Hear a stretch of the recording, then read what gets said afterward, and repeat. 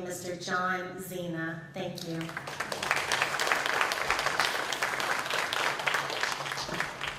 Good afternoon, everyone. It is my pleasure to welcome you to the United States Department of Energy's Memphis Town Hall. Again, I'm John Zena. I'm the director of the city's Division of Planning and Development. On behalf of City Mayor Jen Strickland and Shelby County Mayor Lee Harris, I have the privilege of opening today's event by reflecting on how important the U.S. Department of Energy has been on our initiatives locally to advance sustainability. 12 years ago, it was a grant from the Department of Energy that helped us create our Office of Sustainability that since has led numerous initiatives related to clean energy, transportation, and sustainability in our community. 3 years ago, it was also a Department of Energy research grant that allowed us to purchase our first electric vehicles in Shelby County's fleet, EV chargers on Shelby County facilities, and led to the region's first green fleet ordinance that mandates conversion to green vehicles in our county's fleet over the next 10 years. We look forward to continuing our work and to continuing our partnership with the Department of Energy. And today, learning more about opportunities that are available to do that through the Bipartisan Infrastructure Law, through the Inflation Reduction Act, and other opportunities made available through the Department of Energy. It's my honor to be here to be able to introduce the Secretary of the U.S. Department of Energy, Secretary Jennifer Granholm. Secretary Granholm, welcome to Memphis. Appreciate it. Thank you so much.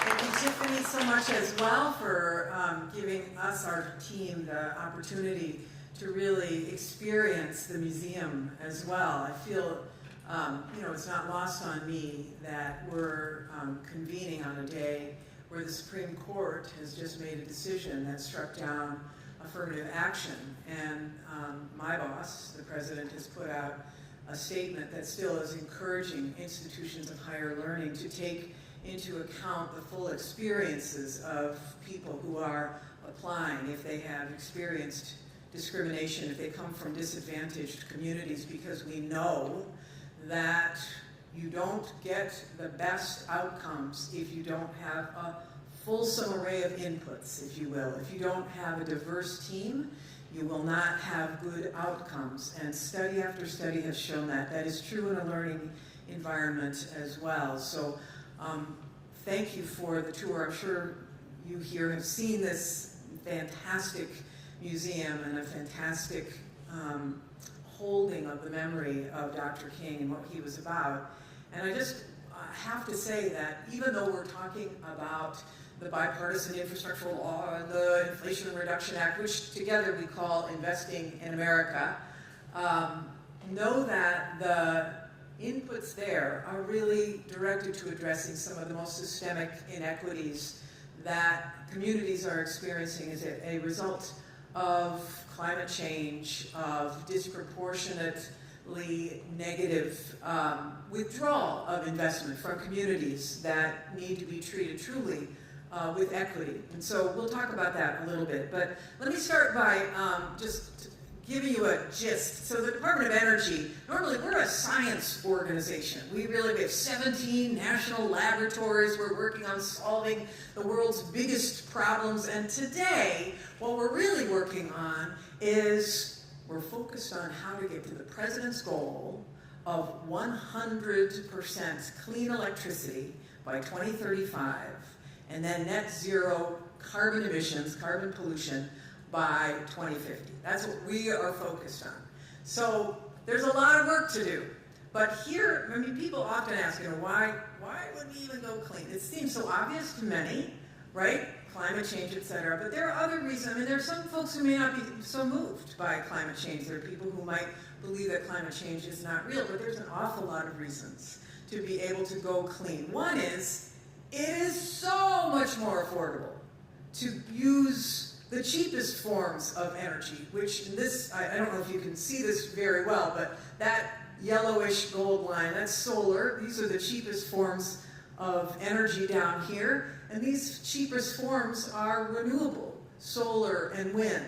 And when the energy itself, the inputs, wind and solar are free, then you know that as long as you've got the technology to harness that and continue to bring down the price, that will be a cheap form of energy. And that's why one of the reasons why we're so focused on deploy of solar, wind, and renewable energy, but also other forms of clean energy as well. You need to make sure that when the sun isn't shining, let me just go back for 1 second, when the sun isn't shining and the wind isn't blowing, you're able to still store and release that energy, and that's through energy storage, and we'll talk about that in a second as well. Another reason why you want to go clean is because of energy security, national security.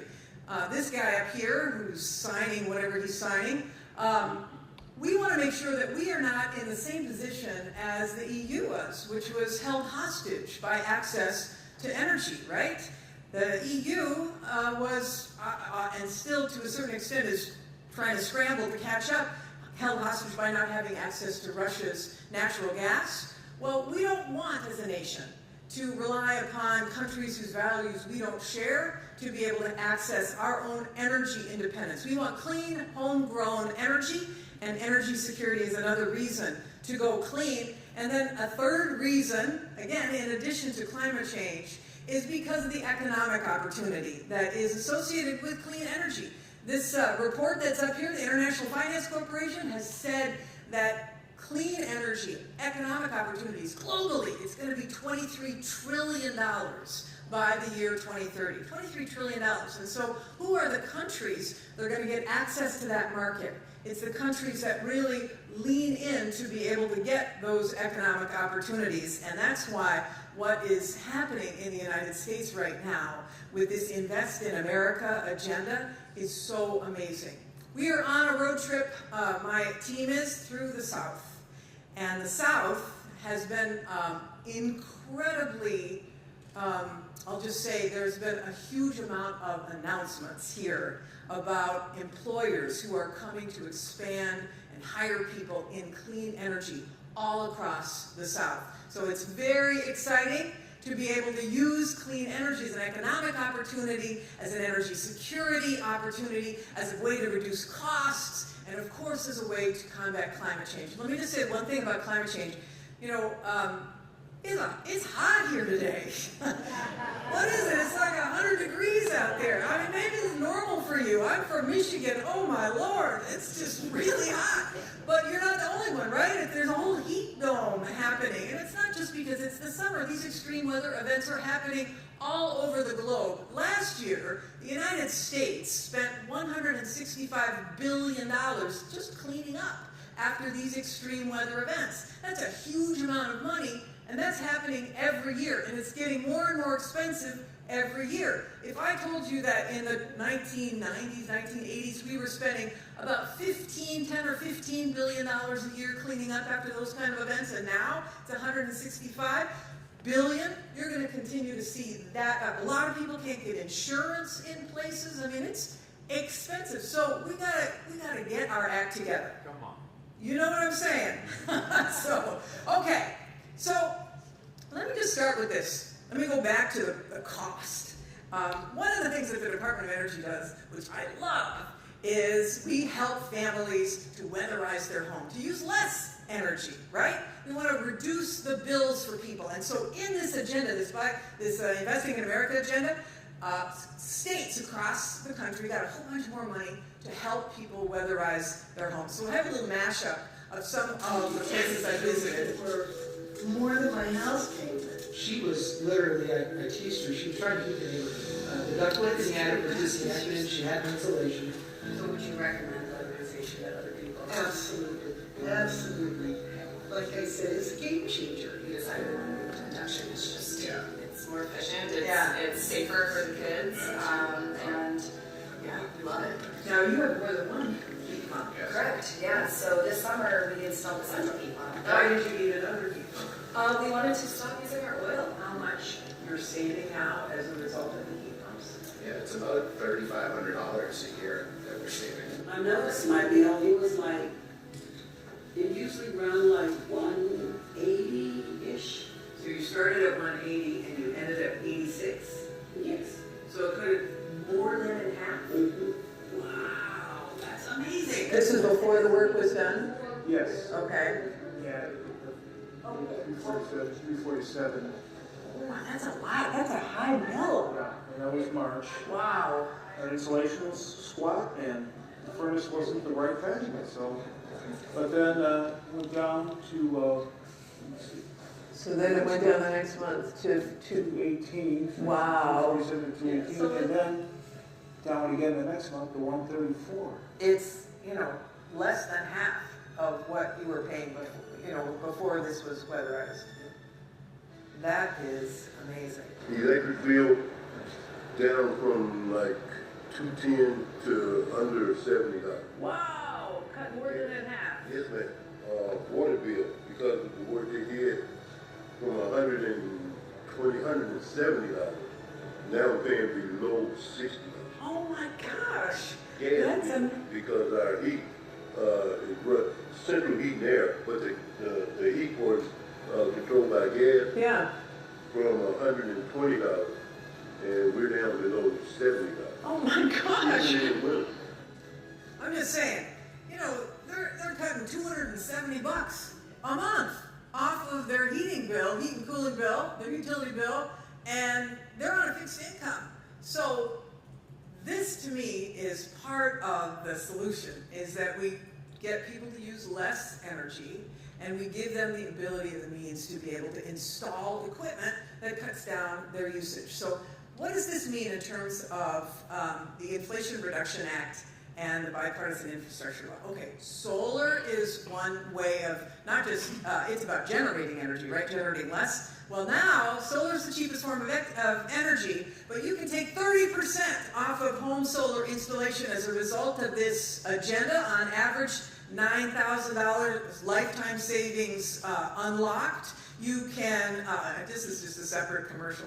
I love the fact that DOE is always trying to figure out ways to do things better, science-wise, et cetera. And so we're looking about ways to, how do you bend solar panels? How do you embed them in building materials? How do you embed them in glass so that you can have, for example, solar shingles that look just like shingles rather than the solar panels, siding or shingles that you can't really tell the difference of glass that actually generates solar glass panes that do that. In fact, Patagonia last year, at the end of last year, said that they were just going to put solar generating windows in all of their headquarters because they see building integrated solar as a way of generating. But the bottom line is, back to the Inflation Reduction Act, when the sun doesn't shine, you want to be able to store. Again, the Investing in America agenda gives people 30% off the cost of battery storage in people's homes to give them that incentive to do that.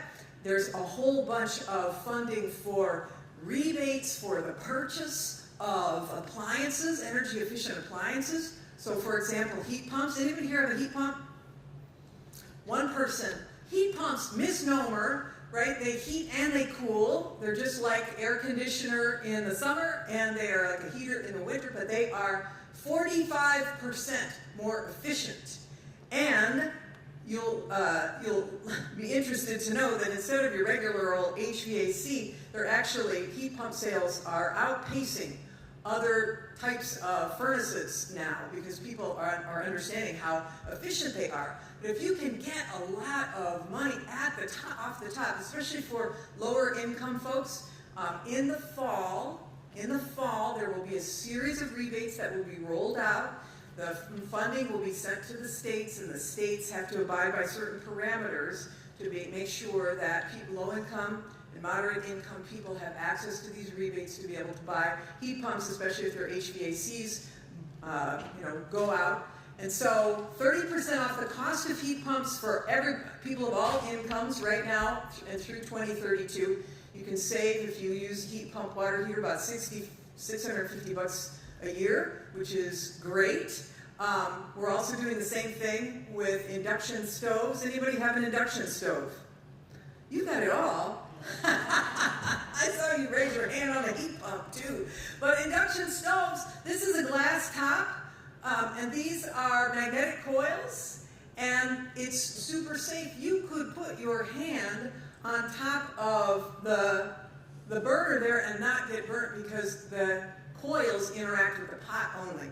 and it speeds up the cooking time. You can boil water in twice the amount of time, half the amount of time. It is much more efficient, and there are no pollutants as well. So what can you do for this? So this Investing in America agenda is offering now $9 billion to low and moderate income families for rebates on home appliances like this. So a single household can get up to $840 for an induction stove. And this is Consumer Reports quote about this. If you qualify for the full rebate, again, it's low income, you could effectively get one of these top-rated electric ranges from Consumer Reports tests for just a couple $100 or even less. So it's an opportunity, I'll say, especially as people are considering remodeling. I'm going to show you something in a sec that allows for you to sign up for when you want to know whether rebates are coming out, or if you want to sign anybody up to get the information about when this is happening. There's a QR code that I'm going to show in just a second, so just get your phone ready if you're at all interested in that. Another form of savings, of course, is electric vehicles. So we're on a road trip through the South. We're driving a series of electric vehicles. We want to make sure we know what's the charging station situation here in the South. Do we have enough? Is it hard to do? First of all, do you have an EV too? You do. You are the poster child for what we ought to be doing. So, when you last filled up your car, if you have an internal combustion engine, what did you pay to fill up? 70? You got a big one, right? $70, because actually the price of gas here is not as high as it is in many other places, but so $70. $40. You know what it would cost you to fill up, essentially, to charge at home for the same amount of distance? It would cost you about $14. So on average, people will save $40 for every fill up. And if you got a bigger car, obviously more savings. And so if you fill up every other week, that's about $900 a year. If you fill up every week, obviously it's a lot more than that for an electric vehicle. $600 a year saved on top of that on maintenance, because there's so many fewer moving parts for an electric vehicle. Now, people say, they're so expensive, who can afford an electric vehicle, right? I pulled up some of these models here to show you, especially these lower ones, like the Chevy Bolt. They start $28,000, $33,000, $27,000, which is comparable to a lot of new cars now, about the same size. But here's the kicker, is that with this agenda that the president has, the Investing in America agenda, you get $7,500 off at the dealership. So now you're financing about a $20,000 car if it's made in America.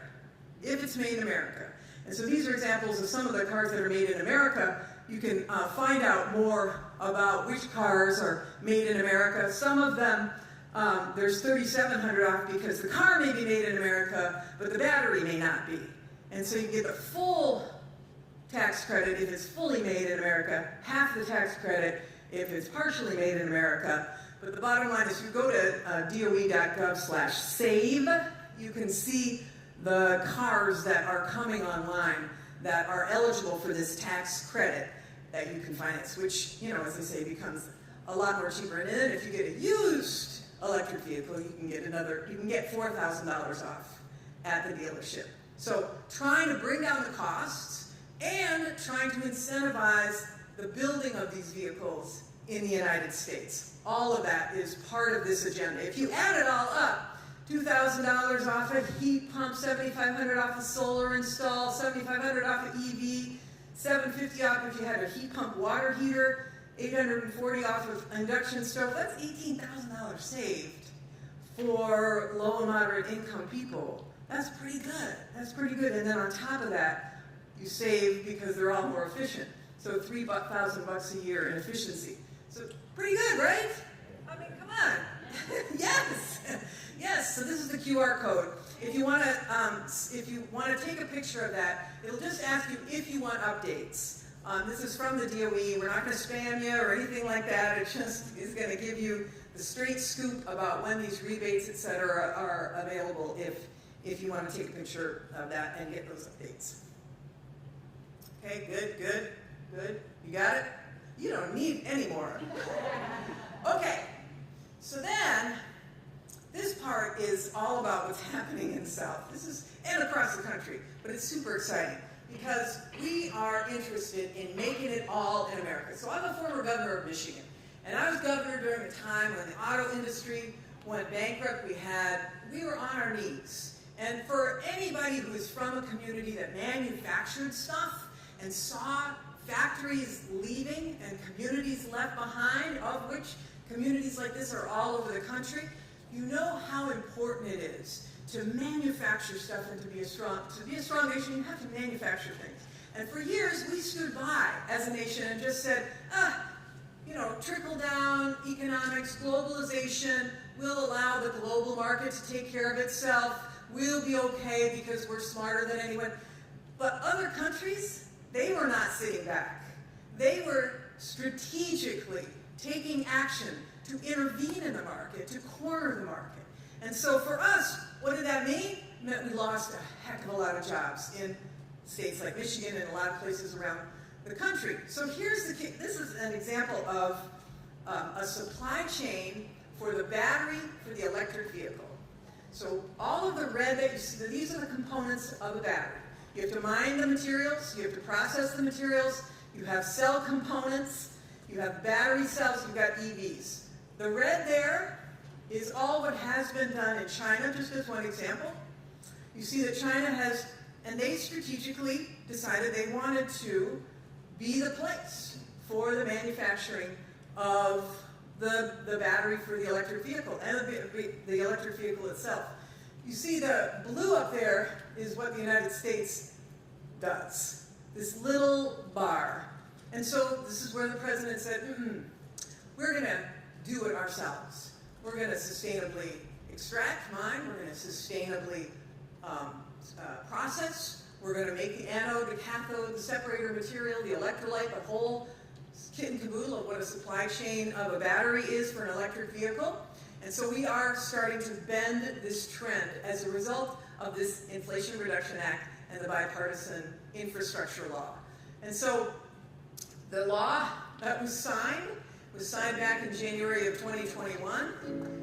And since then, you've seen all of these battery supply investments coming, announcements coming to the United States. When heretofore, they would likely have gone to our economic competitors. And so what does that look like? This is just stunning. I think it's stunning. You should think it's stunning too.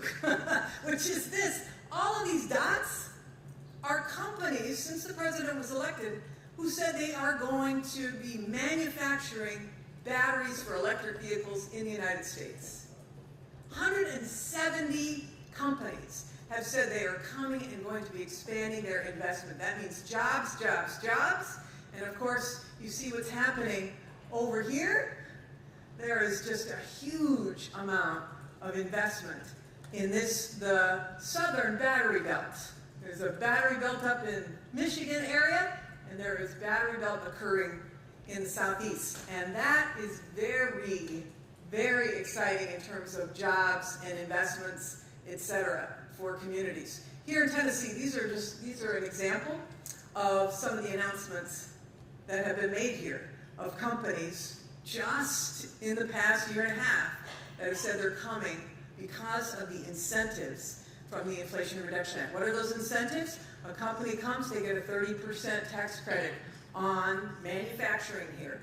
If they go to a community that is a disadvantaged community, they may get another 10% off. If they decide, for example, say somebody's a solar panel developer, and they decide they want to do a solar project in a community that has multifamily housing that's disadvantaged. So they get the 30% tax credit, they get another 20% tax credit for doing solar in a disadvantaged community. Now you're talking about a 50% tax credit.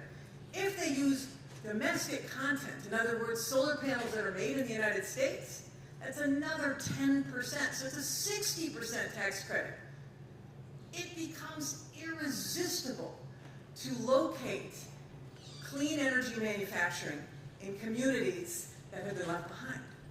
And that's very exciting. You don't have to do it, but there's extra incentives for location decisions that help communities that have been left behind. So clean energy jobs are rising in every single state, but the fastest, the darkest, as you can see over there, is in the South.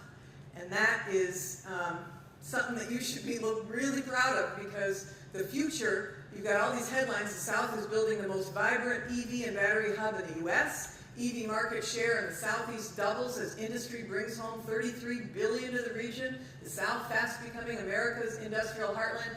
I'm a little jealous of that because of Michigan, but anyway. And I'm going to end with this because we're going to have a conversation. This is going to go fast, and it has been going fast. So this is a picture of a city street in New York in 1900. And it's, of course, horse and carriages. And the question is, can you spot the car?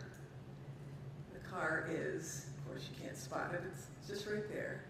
But 13 years later, same streets, can you spot the horse? The horse is way over there. Point being, this is going to happen fast.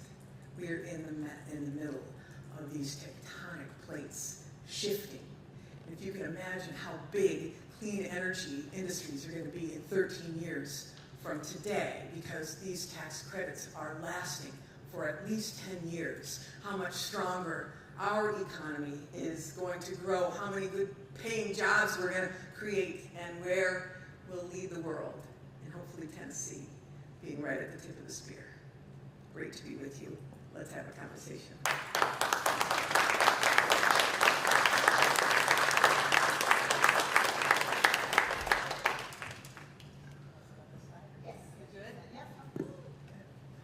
All right, Secretary, we're going to jump right in. We have a few questions that have come in from some members of our audience that are here with us today. Great. And I know that Dennis Lynch is with us. Dennis, you can wave to the Secretary there. Here's his question for you. What is the DOE doing to promote community solar? Community solar. So we've got a big goal. We want by 2025 to have 5 million homes powered by community solar. And because you get a 30% tax credit with the Inflation Reduction Act, and you get those incentives for extra incentives if community solar is there to serve a disadvantaged community, which I'm not sure how many people know what community solar is, but if, for example, you may be a renter and you don't have a roof on to which you can apply your solar, then you can subscribe to a community solar program if there is one in your area, because it might be not adjacent to where your apartment is, but you still get the benefit of it. And so the DOE, the Department of Energy, we are all about increasing the numbers of community solar deployments, as well as really taking advantage of these, promoting the tax credits that can really result in making it irresistible for community solar deployments to happen all across the country. Thank you for asking that. Are you involved in community solar? I'm involved in solar and renewable energy. You got it all. Long duration energy storage. You can come up and give this. All right, our next question, John Northington. If you're in the room, you can wave as well. John's question is, in the absence of certain state leadership, how can the department work to increase grid reliability across the country as new sources of energy are being actively deployed? So this is a great question, because the grid is obviously a huge barrier and enabler of deployment of clean energy. And right now, the Department of Energy is undertaking a couple of studies to show what should be the corridors for the grid across the country.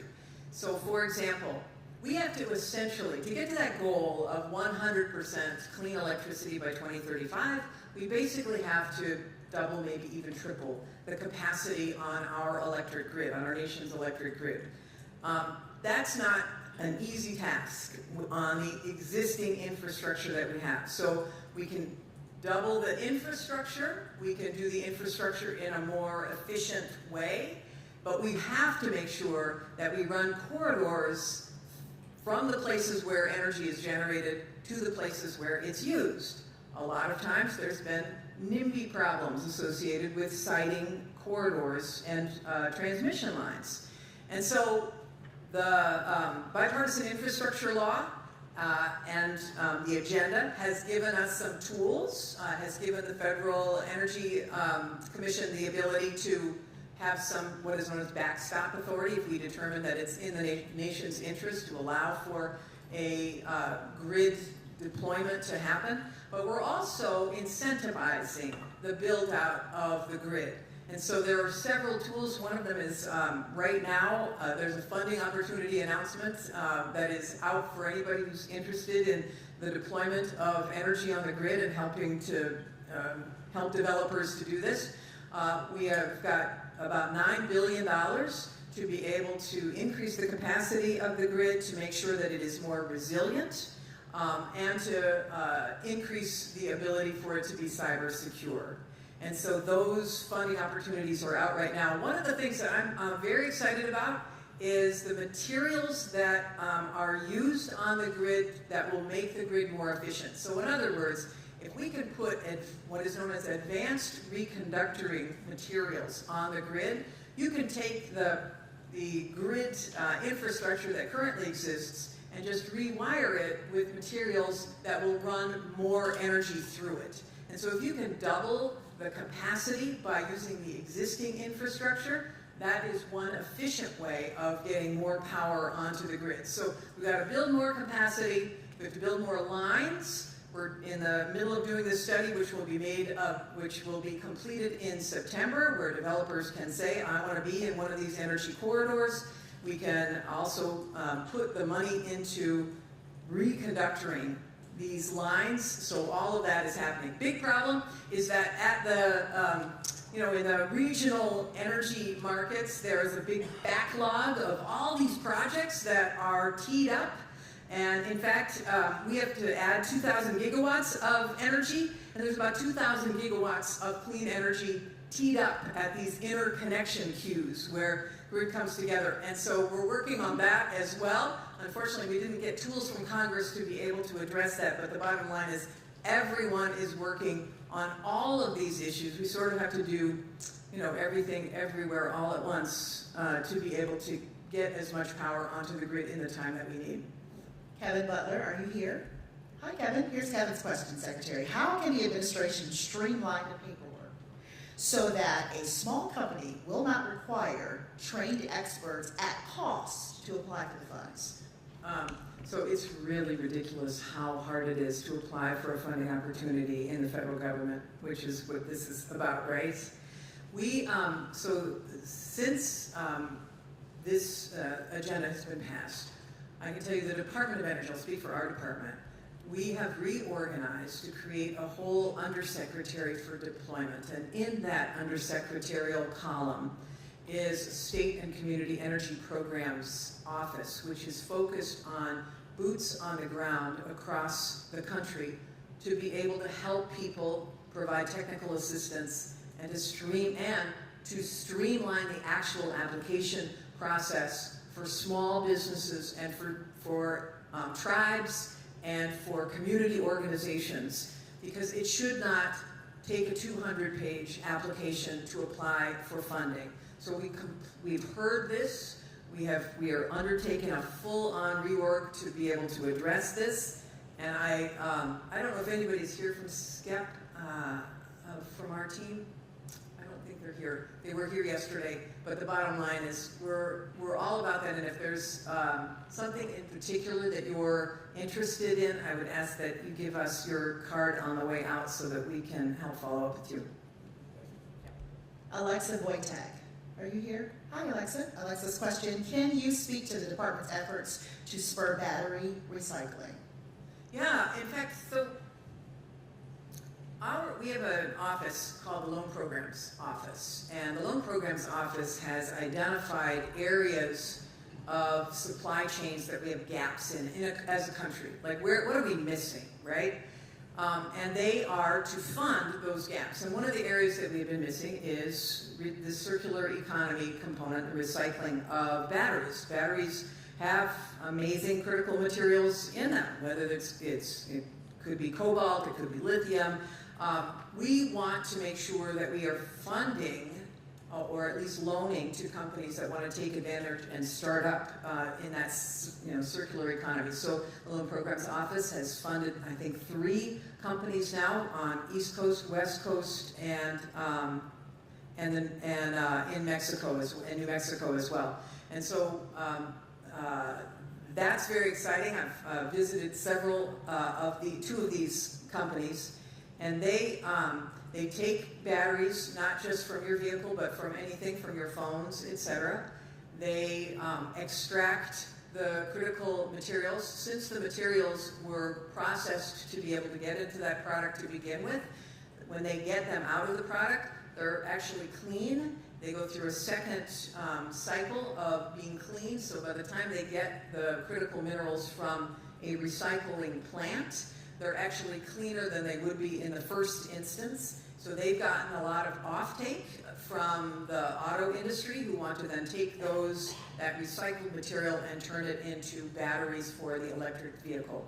So we're on it. Leah Windsor. Leah, here's Leah's question. What opportunities do you see for farmers to support the DOE? Well, so first of all, we have a goal on sustainable aviation fuel, and our bioenergy technologies office is really working to be able to have drop-in fuels, and we're working, of course, with the agricultural and refining industry.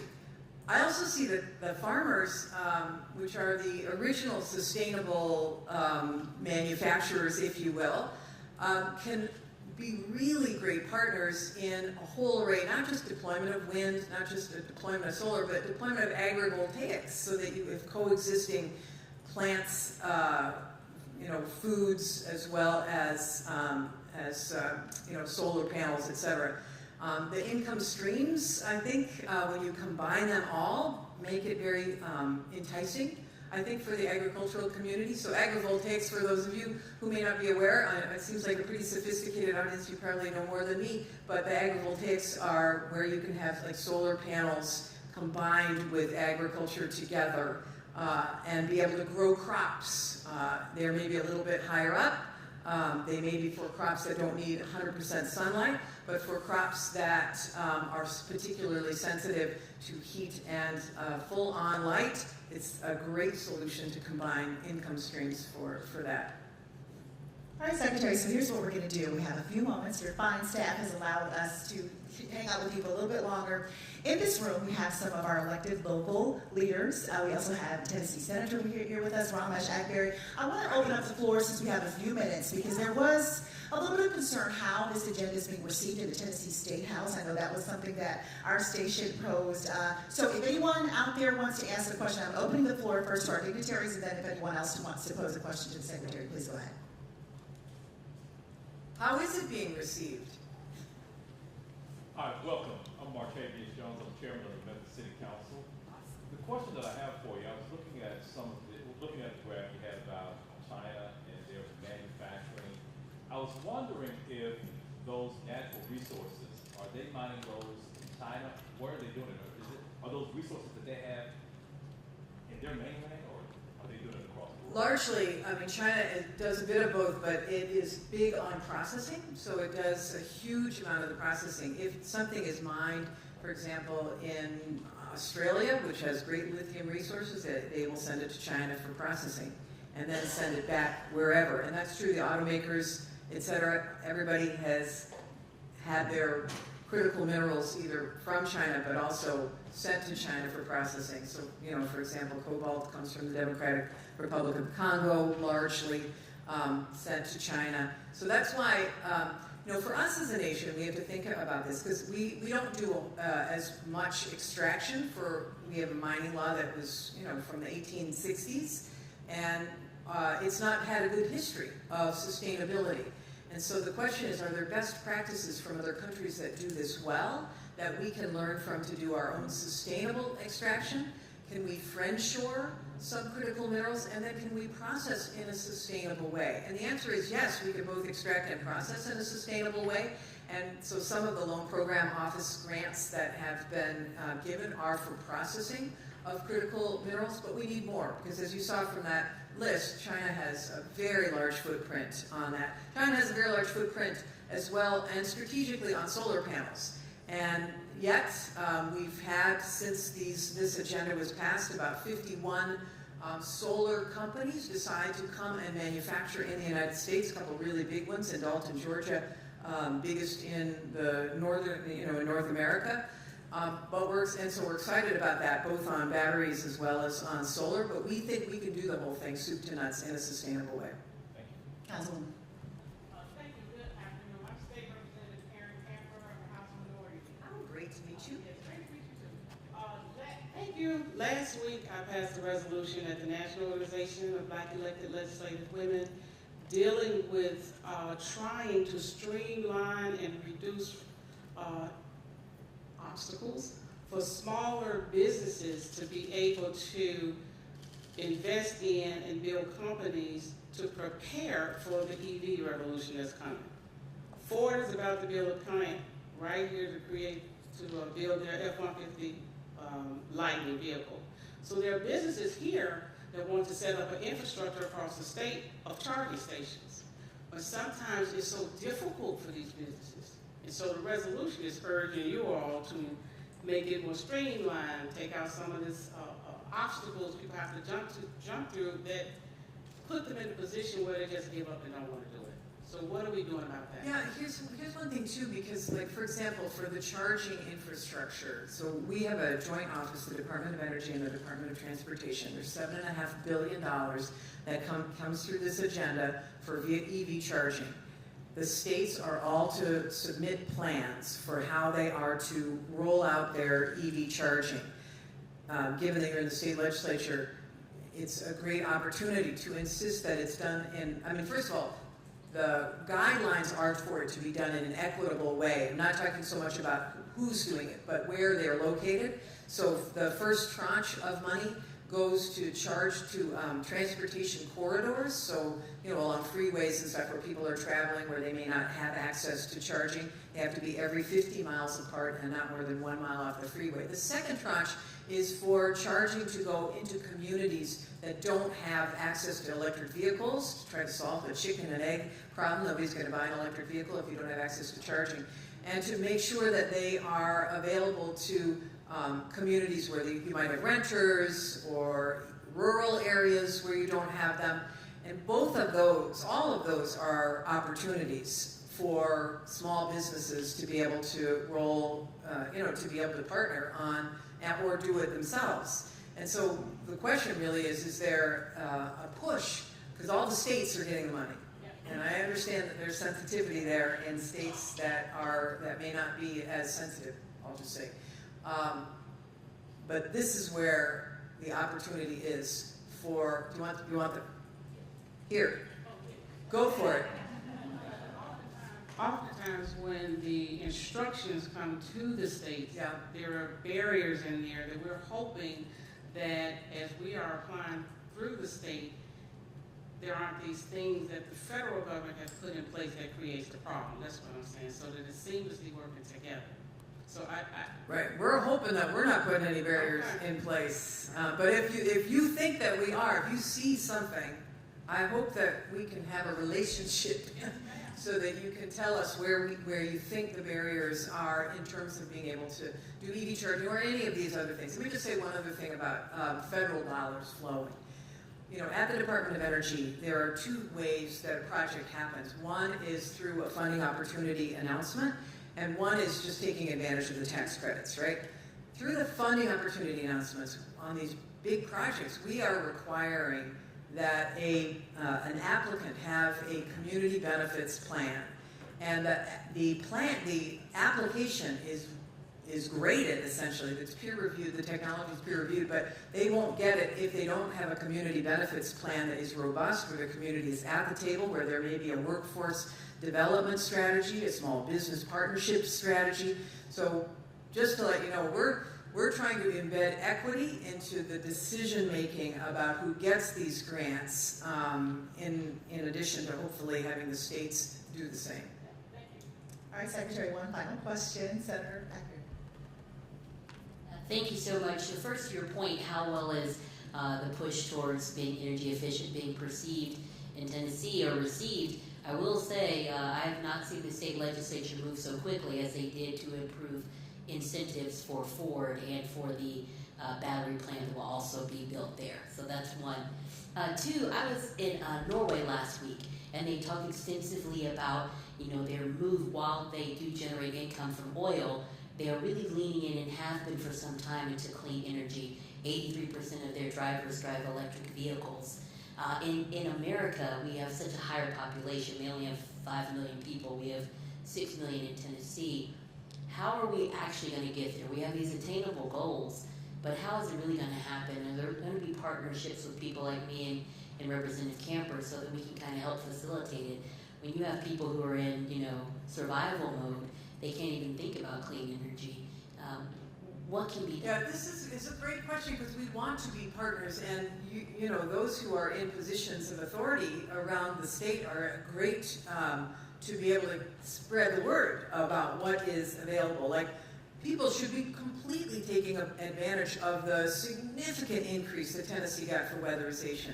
People should really understand that all of these tax credits for vehicles are available. The tax and the funding for rebates are going to be available in the fall for people who want to upgrade their systems. So this is why hopefully you can stay on our website, stay close to us so that we can give you the information, because I think we need a lot of word of mouth in addition to partnering with those who are doing public service announcements, et cetera, to let people know.